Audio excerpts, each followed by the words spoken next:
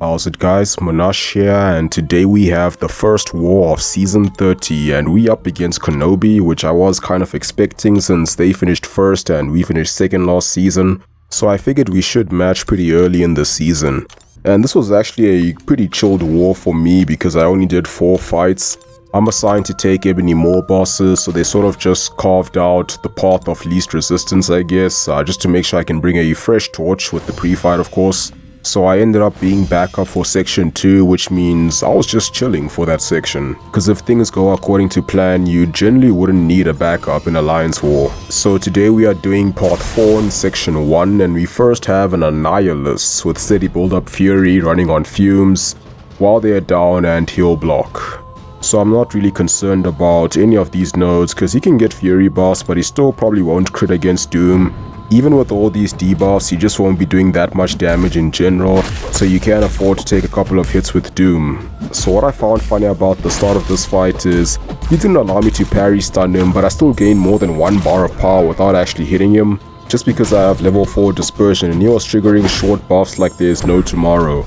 So when I can actually parry stun him, I don't. I just take a full combo there, you know, like I forgot how to parry. I actually don't think it was a parry bug issue. I think I was just a little bit slow there.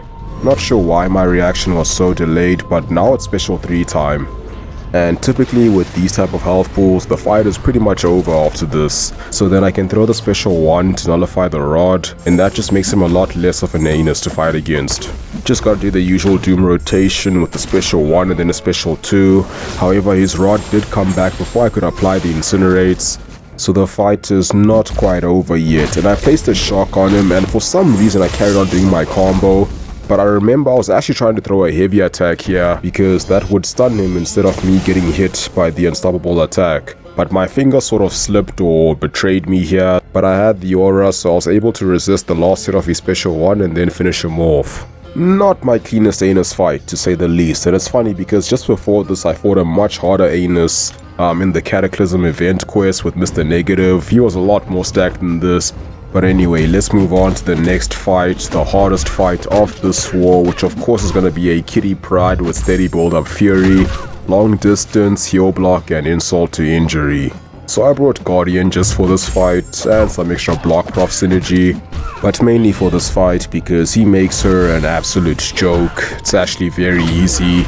You can still parry stun her, just gotta make sure you block her specials to remove the prowesses. And of course with Guardian you get a bit of extra power when you perfect block, which is quite neat. So for this kitty, all I needed was 1 special 1, and then a special 2, which was more than enough to take her out very comfortably. So a pretty quick and easy fight, and now we're gonna move on to the longest fight of this war, which is gonna be a rank 4 Doom on power snack and backup recovery. So I've done this fight a couple of times now with a few different champs. My preferred counter is Mr. Negative, but lately I have been using Doom quite a lot for this fight, just because he is usually in the team since he works for a lot of other fights, so just allows me to have more options for other fights.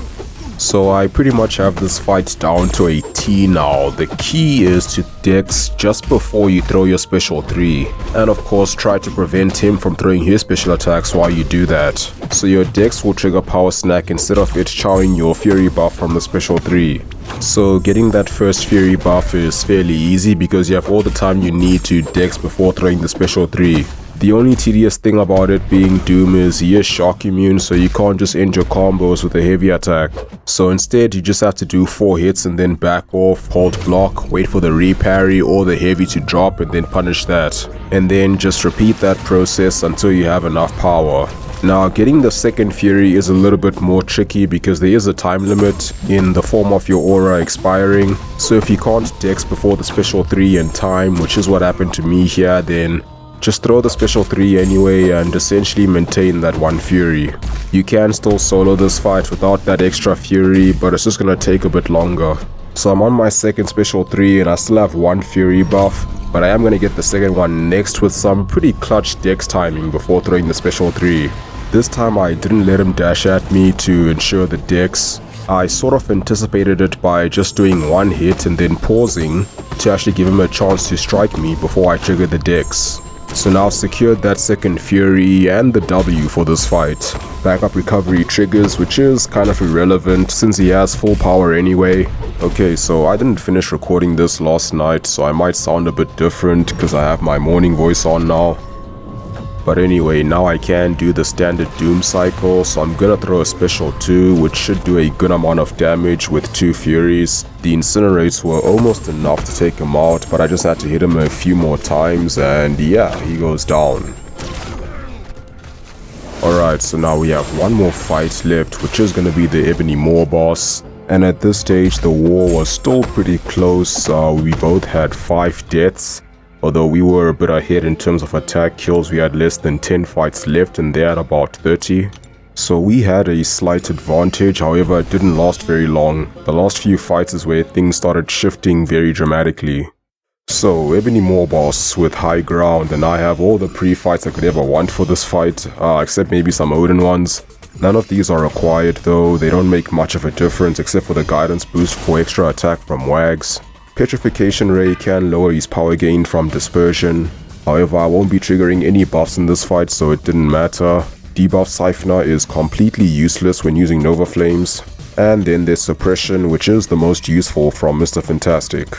So my strategy for this fight was actually to prevent him from throwing the special 1. Just so he doesn't apply the Fury buff on me, and you know, if he does nullify it, then I degen, because I wasn't sure how much damage the degen would do. So rather, I would prefer to just push him to 2 bars of power, you know, block the special 2, take more high ground damage, because at least I know exactly how much damage it will do, and it happens in small bursts instead of damage over time, so I do have more control over when it happens. You know, I can at least intercept if I need to. Plus with Torch, you kind of just need to block a lot to build Smolders. So here I made a small slip up where I try to punish his combo ender a little bit too late. So of course I get parried, and that's why we use the invulnerability, in case we make silly mistakes like that, or if the game is just performing really badly. So now I drop the special 3, get a bit of health back, and build up that combo a little bit more. Because you do need to play fairly aggressively to deal with high ground so you don't take too much damage. But just with my natural playstyle, I don't allow him to get to more than 2 altitude charges. So I took a fair bit of damage, but the fight was under control pretty much the entire time, and I only needed to bait 1 special attack to take him down. So not too bad with Human Torch, but unfortunately we did end up losing this war by dying 2 more times compared to them dying 1 more. So it ended 6-7, which is a bit high for us, not our best war, and I'm sure they would say the same thing. I honestly felt like we should have won this war, but we just crapped the bed during our last few fights. So it didn't feel like they were better than us, as much as it felt like they were just less crap on the day. But that's just how it goes sometimes. Hopefully we'll do better against them next time. But that's gonna be it for this one. Hope you guys found it interesting, and as always, thank you for watching. Have a wonderful day, and I'll see you soon.